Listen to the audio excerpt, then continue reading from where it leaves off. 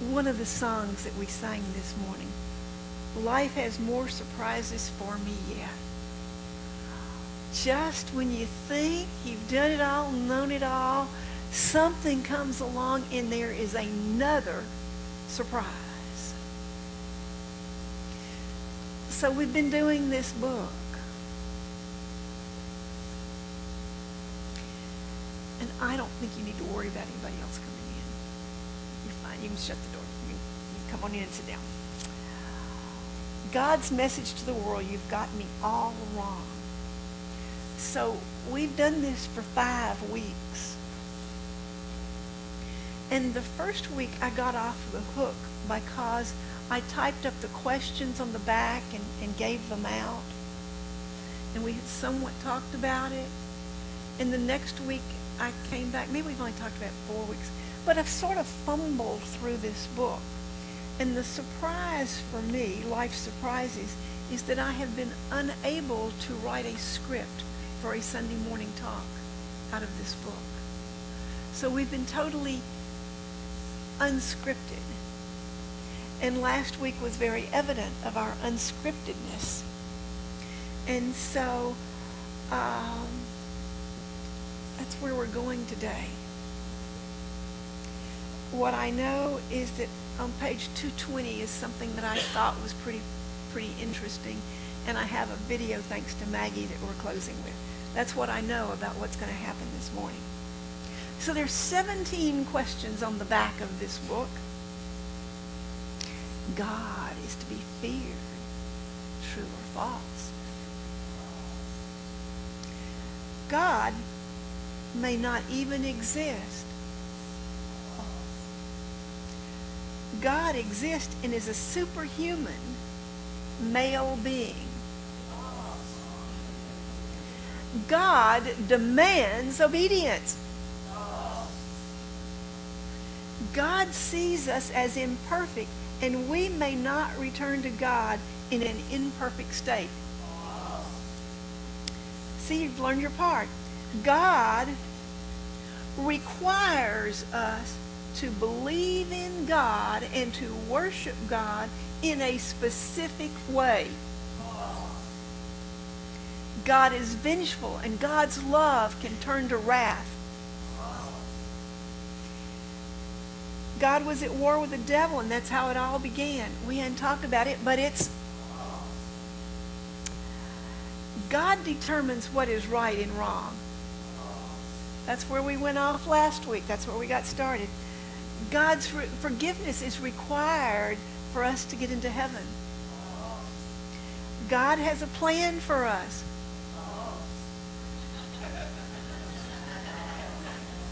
God has a plan for us. False. God does not have a file drawer that has folders in it with your name on a folder. I know it. I know it. It'd be so much easier to say, I just couldn't ever find out what the plan was. Yes, I have to make a decision. God is on our side. God is on our side. False. God doesn't have a side. God is on our side because the infinite energy of the universe is what we're made of. From that standpoint, God is on our side. But God is not up there saying, well, this week I think that who are 2 teams playing something this week? I don't know either. Chicago and St. Louis. So God's not saying Chicago should win and St. Louis should lose, or vice versa. God doesn't take sides. That's what we mean. God honors self-sacrifice, long-suffering, preferably in silence, and martyrdom. And this one, God sometimes answers our prayers and sometimes does not. And I loved it because Ken had the perfect response to that. He said, no, it's true, and it proves that God's a woman. It's a joke. God will reward us or punish us on Judgment Day.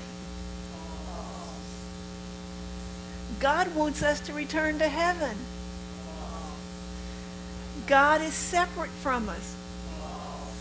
Okay, so now which of those do you have the most trouble with? So we can have fun. You got one that you have trouble with? Somebody got one they have trouble with? Jim.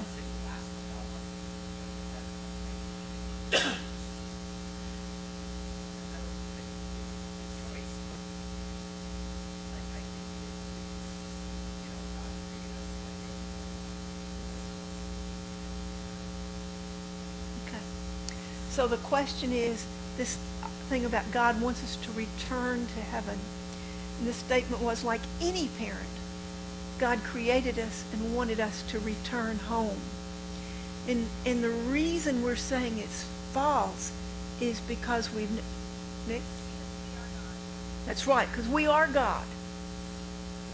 And that means we are never separate from God. We have never left home. Didn't you know? We never left home. It's only in the illusion of our mind that we have left home. It is only in the human construct that we have made that we have left home, because there's a part of us, that divine part of us that is God, that is here living and expressing and experiencing everything there is to experience. And that's why right and wrong, there's no right and wrong. What if we didn't have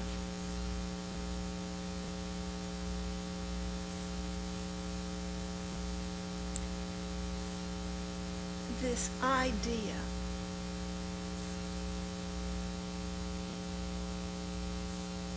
of God being on a side, or God determining right and wrong?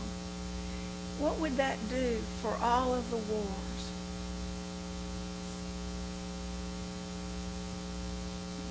It'd stop them. It'd stop them, because so many of our wars are because one group thinks that it's their way or the highway. And so if we want this peace in our heart and peace in our mind, we have to let go of the idea that we are separate from God, that we're separate from each other, that there's any place for us to go.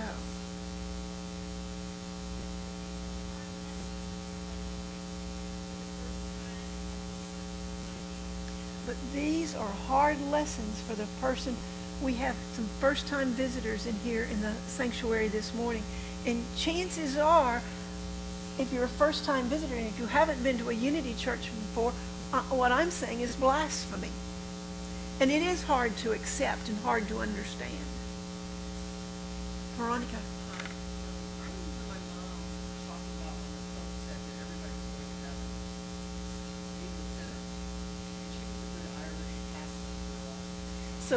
So they can't hear you. So Veronica remembers when her mom just recently talked about the fact that the Pope said that everybody's going to heaven, even sinners. And her mom said that's hard to swallow.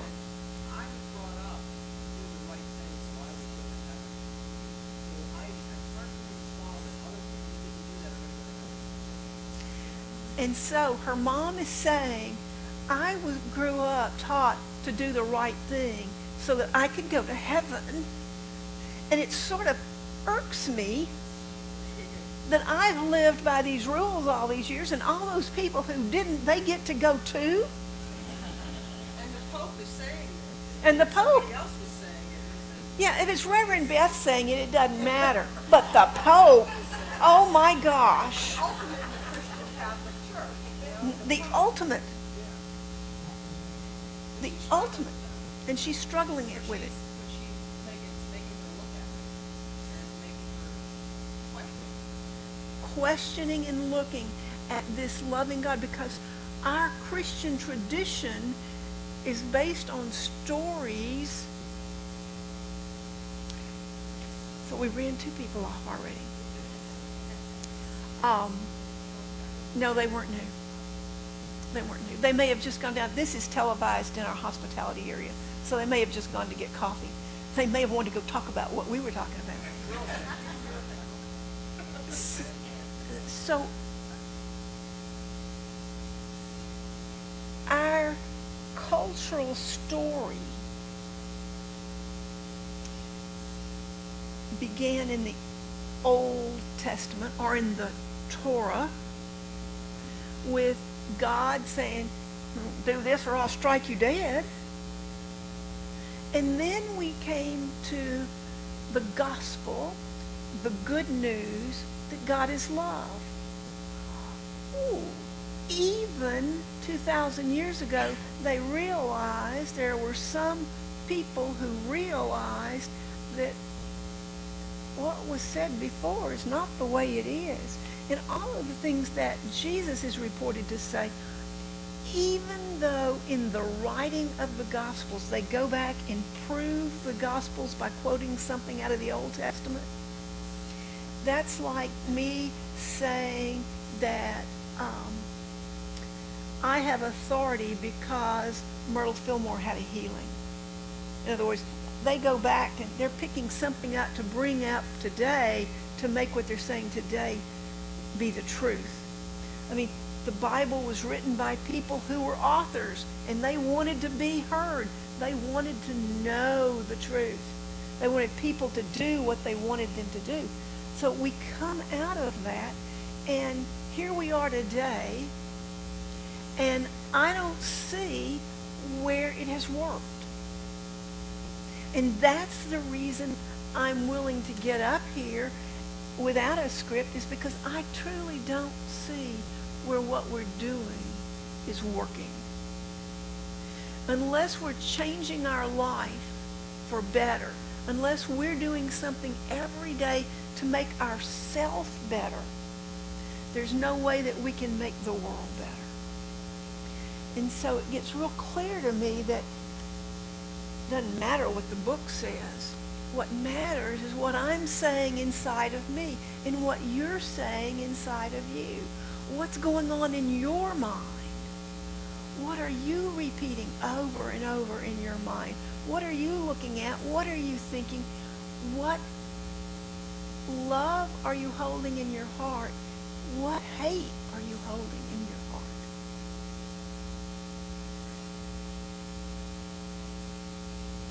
So I loved that this.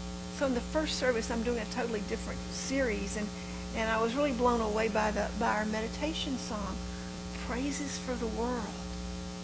If the last words I said were praises I want them to be praises for the world. Ooh, think about that. How many of us spend any part of our day praising the world? How much of our time is spent unpraising the world? Oh, I talked about it at last service because it's been in my face in the last weeks. I've had someone in my life who is extremely negative, and they're negative about me.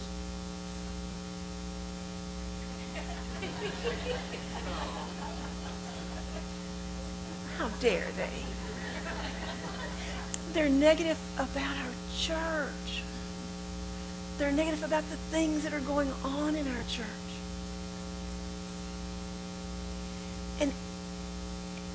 And it's so easy to get caught up in that. It's so easy to get caught up in Well, nobody's volunteering. Oh, there was nobody to greet somebody at the door. It's so easy to hear that and get caught up in that. Versus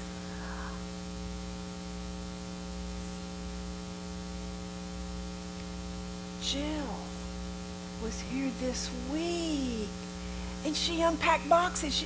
Jill and Mike unpacked, and Cheryl, they unpacked all the kitchen boxes. Wow. Let me praise that.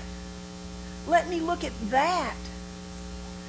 Versus somebody left a dirty Kleenex in the pocket of a chair. And some of y'all do that, probably.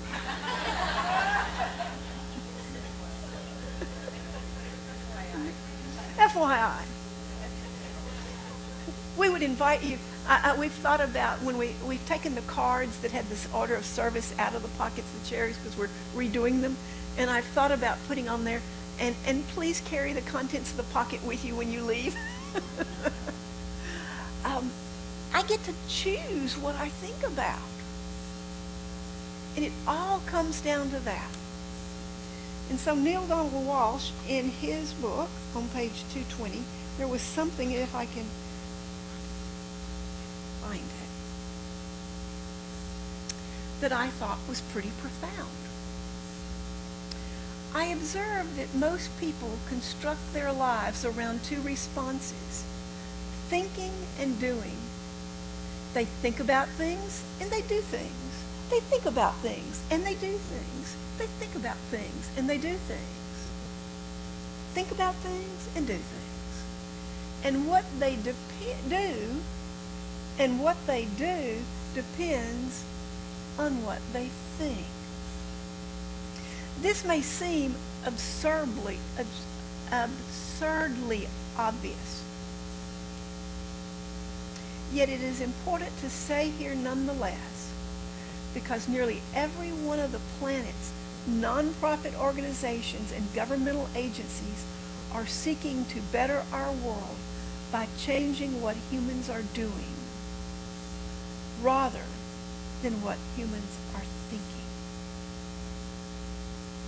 It's what people believe that creates their behavior. It is at the level of belief, not at the level of behavior, where humanity's experience will be most profoundly modified. For decades, we've talked in psychology about behavior modification. What we really should be talking about is belief modification.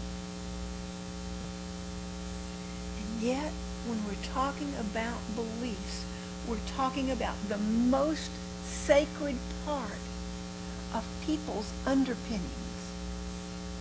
Many people would rather die for their beliefs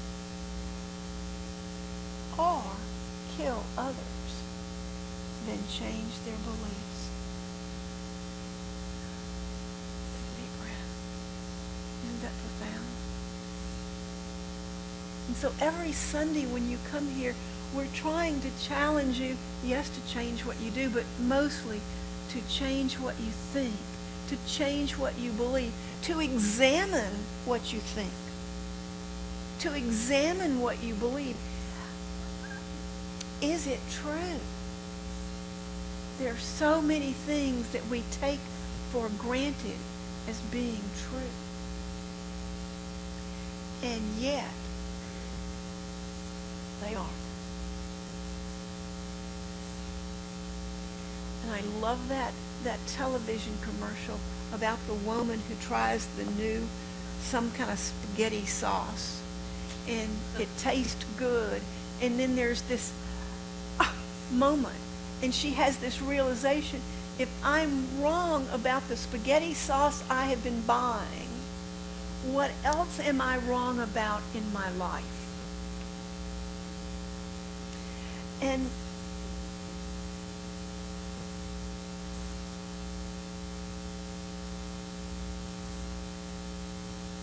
as long as we hold on to those old beliefs that do not serve humanity, that do not serve God, that do not serve us, we're perpetrating a world that doesn't work. And I'm beginning to see, and it really ticks me off. I'm beginning to see that what I choose to read has an effect, what I choose to watch on television. And Mary Jane, if you're out there in the hospitality area watching, Mary Jane continually challenges me about what cruelty to animals. And so I'm beginning to see, oh my gosh, it could be true that in my eating meat, that I'm perpetrating violence in the world. Oh. You know, I've not wanted to go there. I like a rare steak. Now, for the last year, I've mostly eaten whole food, plant-based diet.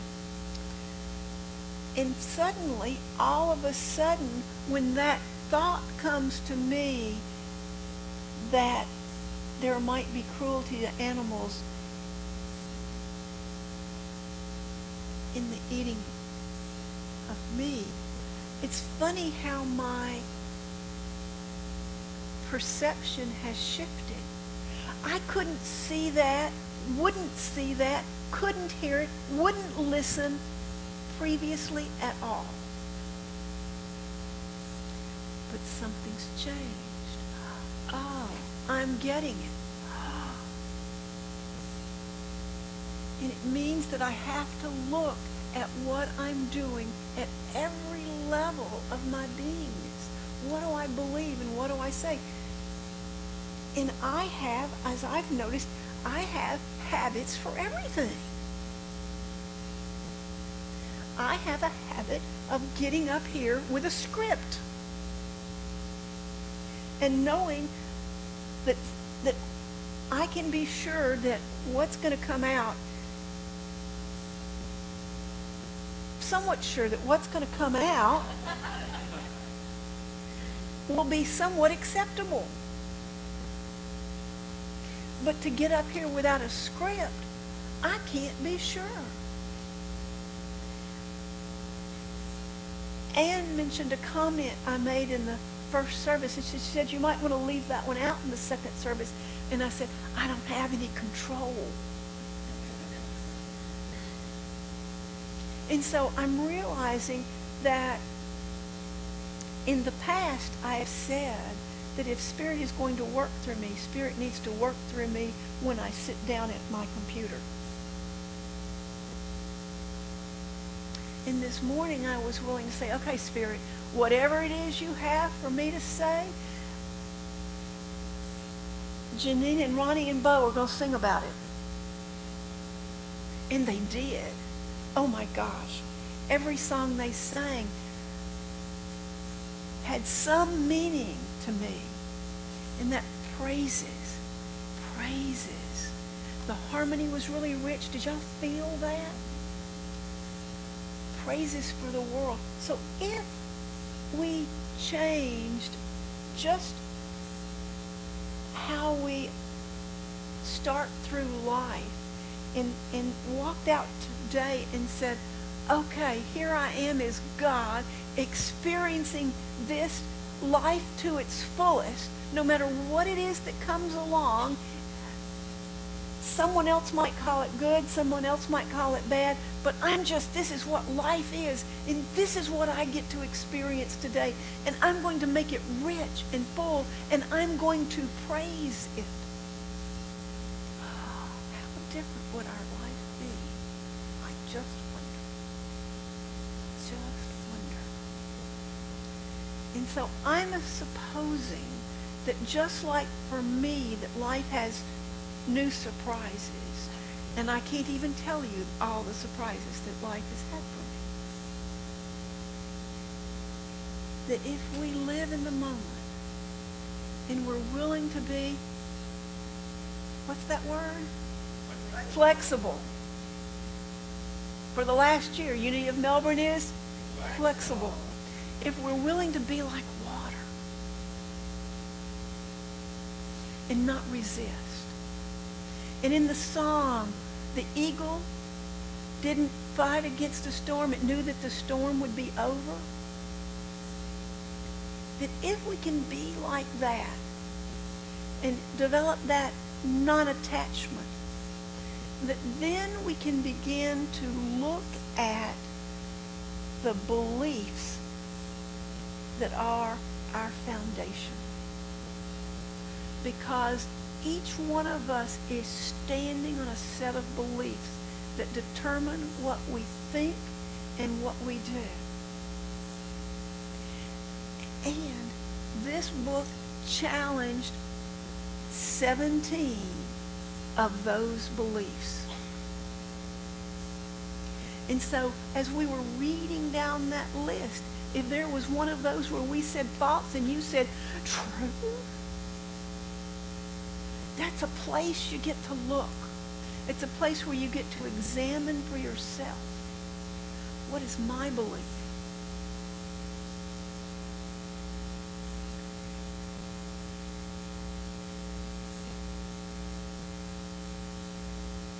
The final statement is that God is separate from us. God is never separate from us. Why is that? Because where does God live? Right here. Where does God exist from? Right here.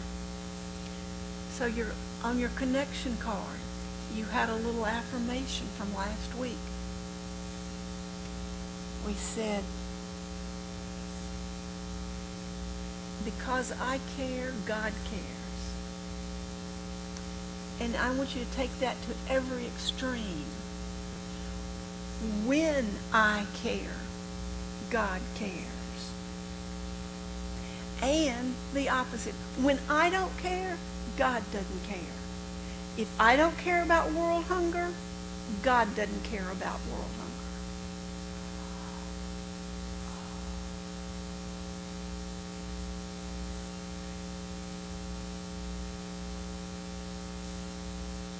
And what we come here weekly to do is try to get enough people believing and feeling and thinking in alignment with God, with goodness, so that we are caring, so that all of us who care outnumber those who care not.